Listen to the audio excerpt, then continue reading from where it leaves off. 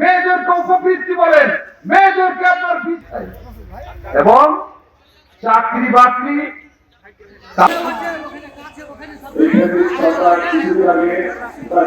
অমর হোক তারেক জিয়া জিন্দাবাদ। আসসালামু আলাইকুম।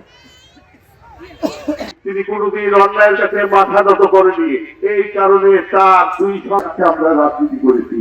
আজকে আপনারা নিশ্চয়ই অবগত আছেন যে দেশটা গেছে, আপনারা নিশ্চয়ই অবগত আছেন যখন 2008 মানসিক নির্যাতন করেছে, আপনারা দেশবাসী জানেন।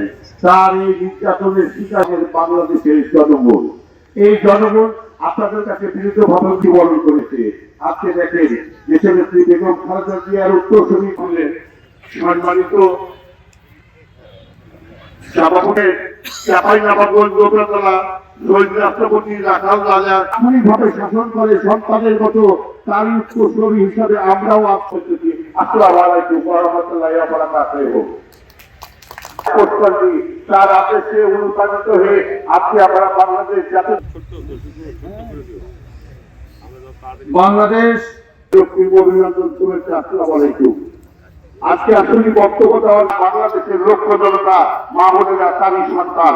এই বলে আমি আমার দেশনেত্রী খালেদা জিয়ার বিরুদ্ধে যেমন একটি দুর্নীতি অন্যায়কালের সম্মানিত আহ্বায়ক চাঁপাইনবাবগঞ্জ সদর উপজেলাতে আমাদের একজন অভিভাবক ছিল।